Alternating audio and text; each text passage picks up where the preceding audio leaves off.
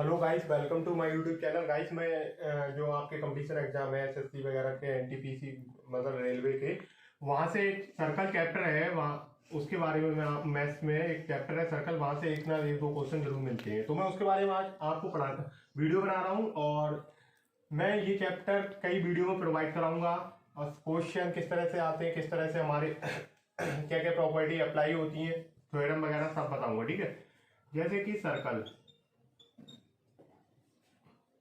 अब सर्कल क्या होता है, पहली चीज मैं सर्कल के बारे में बता रहा हूं। सर्कल क्या होता है, ये कोई पॉइंट है, इस पॉइंट के इक्वल डिस्टेंस पे इसका कोई लोकस होगा, ये लोकस क्या कहलाता है, ये हमारा कहलाता है सर्कल। और ये जो पॉइंट है, ये जो पॉइंट है, ये जो पॉइंट है, ये कहलाता हमारा सेंटर ऑफ ए सर्कल, केंद्रक बोलते हैं। और इस पॉइंट से, और ये जो ये चीज है, ये क्या कहलाती है, ये कहलाती है सरकमफ्रेंस ऑफ ए, क्या कहलाती है, सरकमफ्रेंस ऑफ ए सर्कल। ये क्या कहलाती है, सरकमफ्रेंस ऑफ ए सर्कल कहलाती है। ये क्या कहलाता है, केंद्र कहलाता है, ये सरकमफ्रेंस कहलाती है। अब क्या होता है गाइस, इस सेंटर से इसकी सरकमफ्रेंस पे किसी भी पॉइंट के बीच की जो दूरी होती है वो क्या कहलाती है, रेडियस कहलाती है। रेडियस को हिंदी में क्या कहते हैं हम, त्रिज्या। ये क्या कहलाती है, हमारी त्रिज्या कहलाती है। और सर्कल को हम हिंदी में क्या कहते हैं, वृत्त कहते हैं। ठीक है, क्या सेंटर से सरकमफ्रेंस के किसी भी पॉइंट के बीच की जो दूरी होती है वो क्या कहलाती है, हमारी त्रिज्या कहलाती है। इसी तरह से गाइस, ये सर्कल के, ये कोई सर्कल है और इसको ए और बी पॉइंट के बीच की जो, ये ए पॉइंट से लेके बी पॉइंट तक की जो दूरी होती है ये क्या कहलाती है, कॉर्ड ऑफ ए सर्कल। तो ए बी क्या हो गई, ए बी हो गई कॉर्ड ऑफ ए सर्कल। अब इसी तरह से देखो, इसी तरह देखो, सर्कल की जो सबसे बड़ी कॉर्ड होती है, लॉन्गेस्ट कॉर्ड, लॉन्गेस्ट कॉर्ड, सबसे बड़ी chord, longest chord of a circle, ये क्या कहलाती है, हमारी कहलाती है डायामीटर। क्या कहलाती है, हमारी डायामीटर। लॉन्गेस्ट कॉर्ड सर्कल की क्या कहलाती है, डायमीटर। और जो डायमीटर होती है वो 2 टाइम होती है रेडियस के, रेडियस का डबल क्या कहलाता है, हमारा डायमीटर कहलाता है। इसी तरह से नेक्स्ट, ये बेसिक पॉइंट थे जो आपको आज तक पता थे। इसी तरह से आगे देखिए, देखो सर्कल से कोई भी ये लाइन है, ये कट करते हुए जा रही है, ये पी क्यू कोई लाइन है ए बी पे कट कर रही है सर्कल को, तो ये क्या कहलाती है, हमारी सेकंड।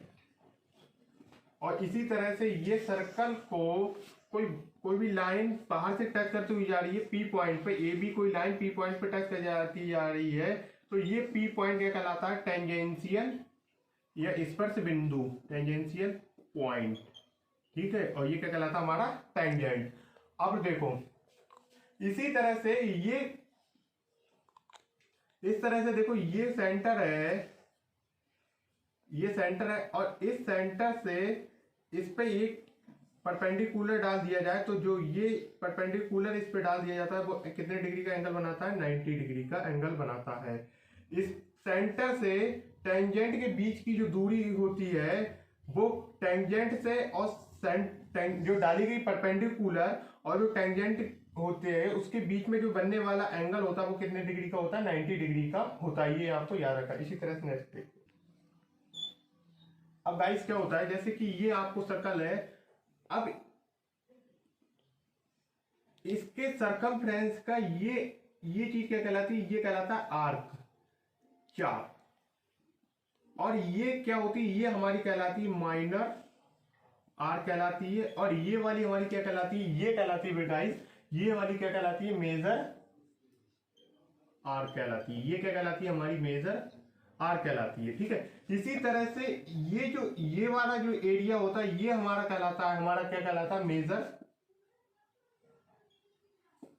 क्या कहलाता है, सॉरी, ये हमारा कहलाता है माइनर, ये क्या कहलाता है, माइनर सेगमेंट कहलाता है। ठीक है, और ये जो एरिया है ये वाला हमारा कहलाता है मेजर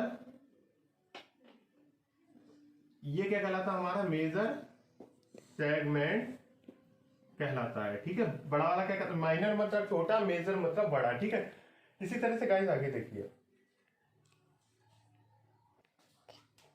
अब गाइस ये है, ये इसके सेंटर पे ये जो कहलाता है, ये हमारा कहलाता है, क्या कहलाता है, ये हमारा ये सर्कल है, इसके सेंटर से ये थीटा है, ये जो है ये हमारा क्या कहलाता है बताइए आप, sector of a circle. Sector of a circle. इसी तरह से मैं आगे एक मेन पॉइंट बता रहा हूं, यहां से हमारे क्वेश्चन पूछे जाते हैं। नेक्स्ट देखो भाई, अगर सर्कल के सेंटर से कॉर्ड पर डाला गया कोई परपेंडिकुलर होता है, वो क्या करता है, कॉर्ड को बाइसेक्ट करता है। कॉर्ड को बाइसेक्ट करता है, मान लीजिए ये कोई आपका कॉर्ड है ए बी। ठीक है, अब मान लीजिए ये कोई सेंटर है, सेंटर पे ये परपेंडिकुलर डाल दिया एम ओ।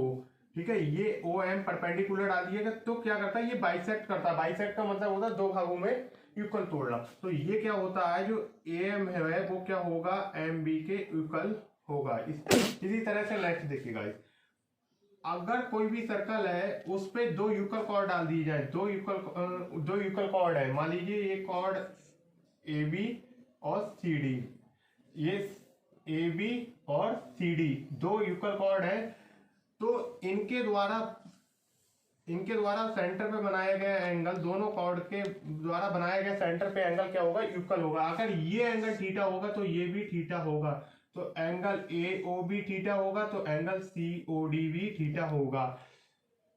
ठीक है गाइस, इसी तरह से नेक्स्ट हो गया। देखो इसी तरह से क्या है, ये क्या है, दो कॉर्ड है ए बी और सी डी। अब दोनों कॉर्ड क्या है, इक्वल होंगी, दोनों कॉर्ड इक्वल होंगी, तो इसके द्वारा जो सेंटर से लिया गया, इसके ऊपर डाला गया परपेंडिकुलर क्या होगा, बराबर होगा एम एन। तो ओ एम क्या होगा, ओ एन के बराबर होगा। इसी तरह से आपको एक इंपॉर्टेंट थ्योरम मैं बता रहा हूं। देखो भाई क्या है, अगर सर्कल के किसी भी आर के द्वारा बनाया गया सर्कमफ्रेंस पे एंगल और बनाए गए सेंटर पे एंगल होता है, तो क्या होता है उसके बीच में बता रहा हूं क्या क्या रिलेशन होते हैं। अगर मान लीजिए कोई भी ये सर्कल है और इस सर्कमफ्रेंस के द्वारा ये कोई सर्कल है, इसके आर्क ए बी के द्वारा बनाया गया सर्कमफ्रेंस पे एंगल, ये क्या होगा, इसके सेंटर पे बनाया गया एंगल, ये सेंटर पे ये एंगल, तो ये एंगल अगर थीटा होगा तो ये एंगल क्या होगा, टू थीटा होगा।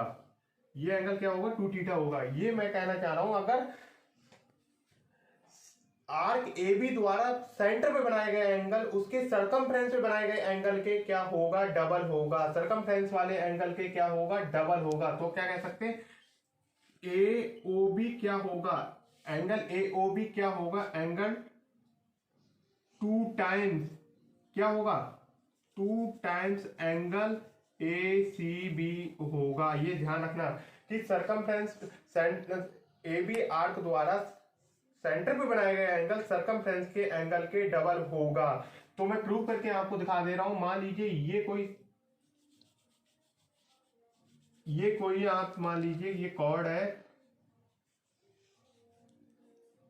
ठीक है, और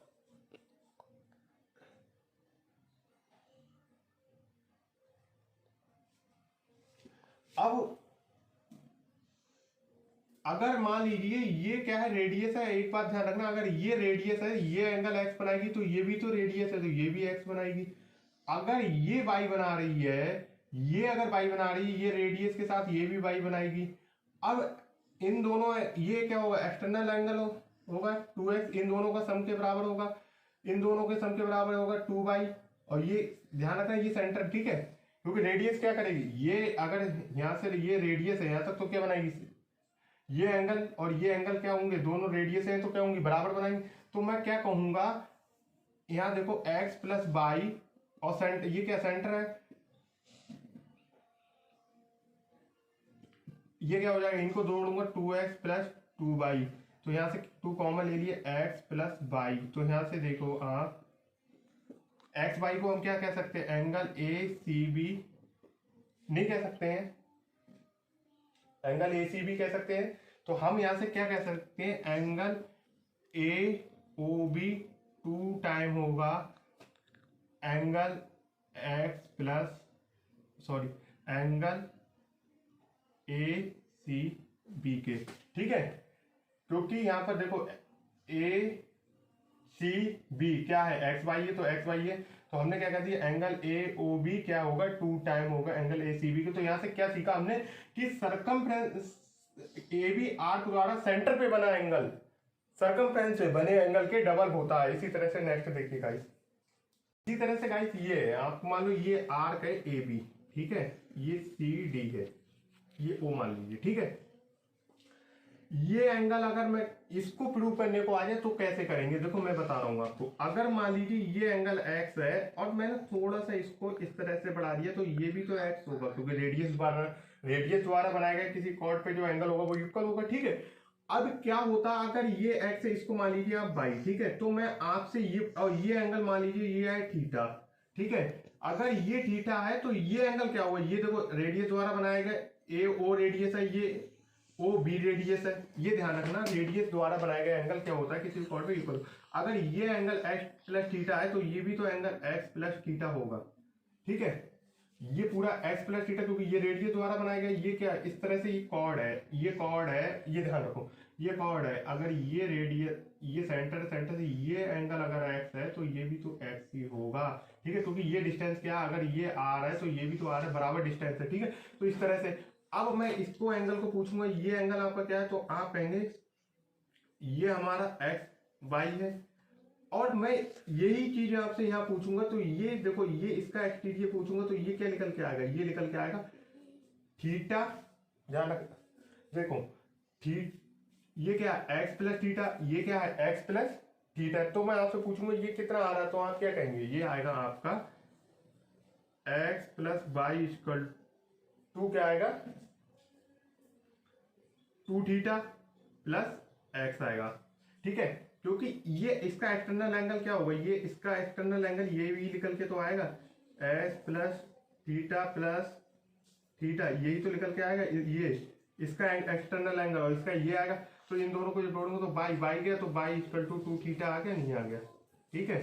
तो इसके द्वारा ए बी आर्क द्वारा ये एंगल क्या होगा, इस एंगल के डबल होगा, ठीक है। तो ये प्रूव कर दिया। इसी तरह से नेक्स्ट देखिए,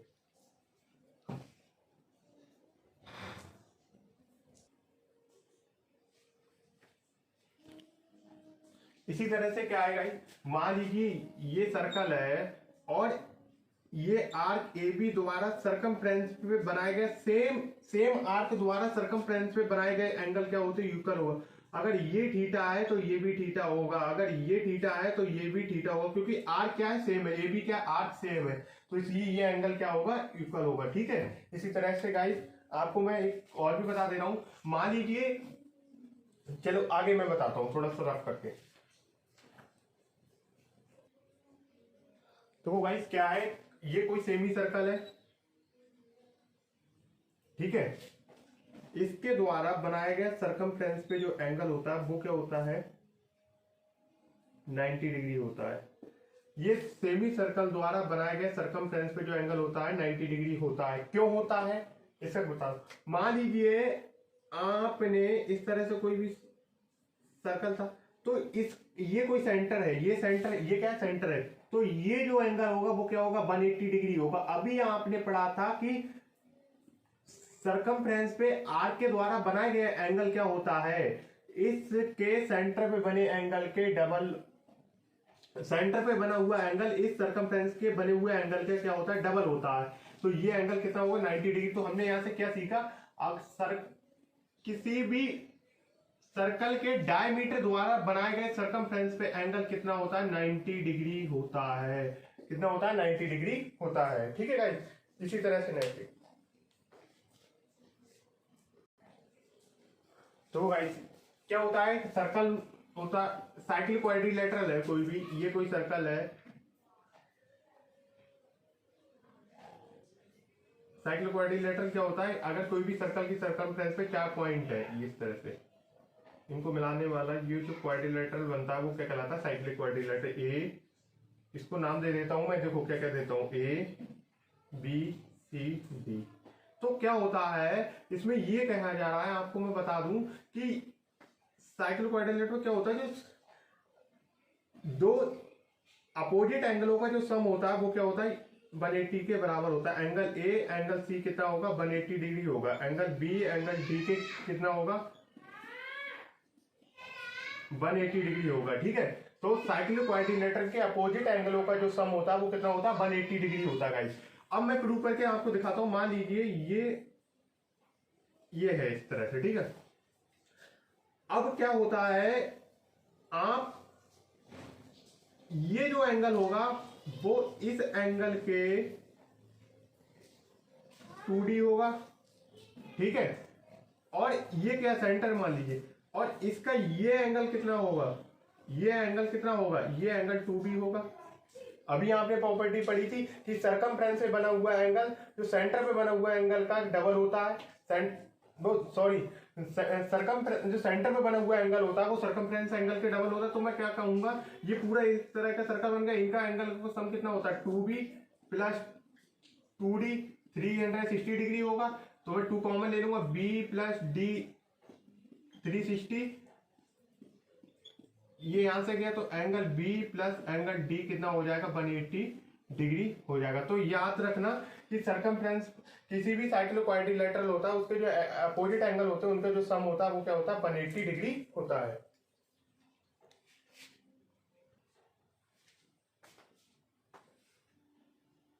इसी तरह से ये देखें,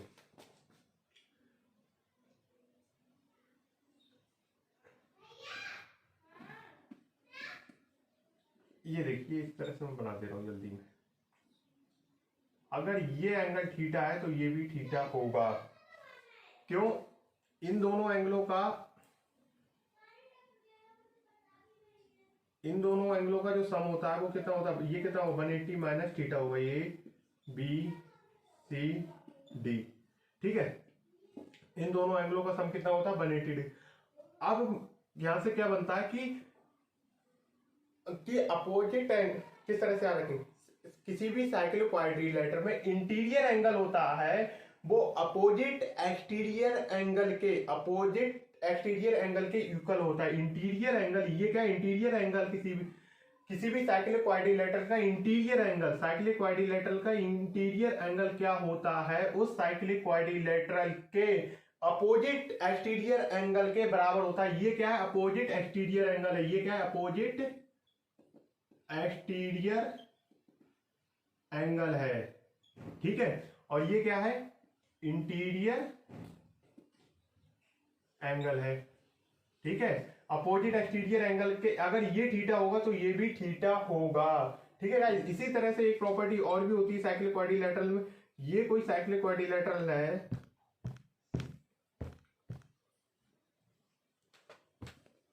ए बी सी डी, ठीक है, ठीक है। इस तरह से देखो, अगर ये ए है, ये बी है, ये सी है, ये क्या है डी है, तो ध्यान रखना क्या होता है, जो ए बी होगा प्लस सी डी है वो क्या होगा, ये मान लीजिए D1 है और ये क्या है D2 है, तो वो D1 इंटू, ध्यान रखना इंटू D2।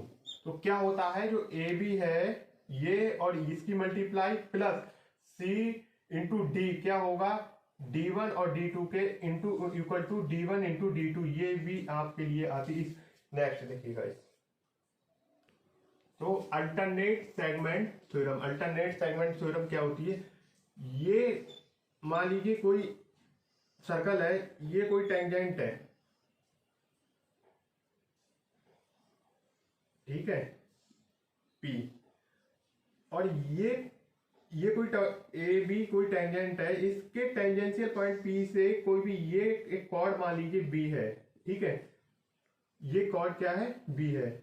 अब क्या होता है, ये एंगल अगर थीटा है तो इसके अल्टरनेट सेगमेंट में तो उल्टा ये एंगल भी थीटा होगा। ये मान लीजिए इसका नाम रख देते ए बी, ये सी है तो ये डी वन, ठीक है।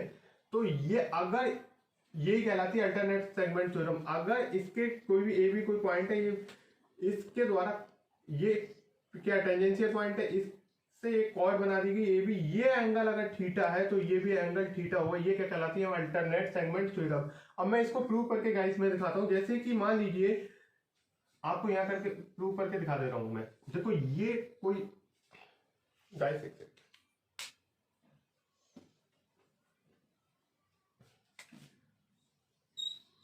ये देखिए आप, ये कोई ए बी कोई टेंजेंट है, ठीक है।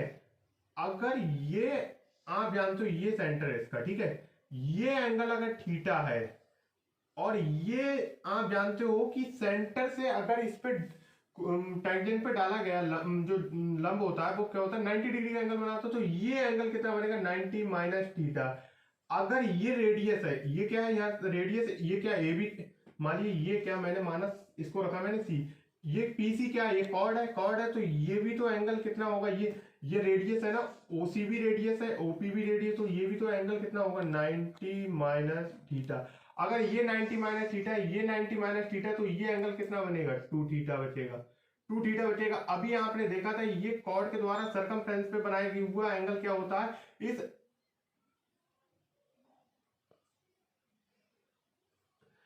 इसके द्वारा बनाया हुआ एंगल क्या होता है, इसका हाफ ही तो होगा, ये क्या होगा थीटा। तो देखो ये अगर ये एंगल थीटा है तो ये थीटा होगा, तो ये क्या कहलाती है alternate segment theorem. Guys next video में मैं कोशिश करूंगा, ठीक है गाइस, थैंक यू।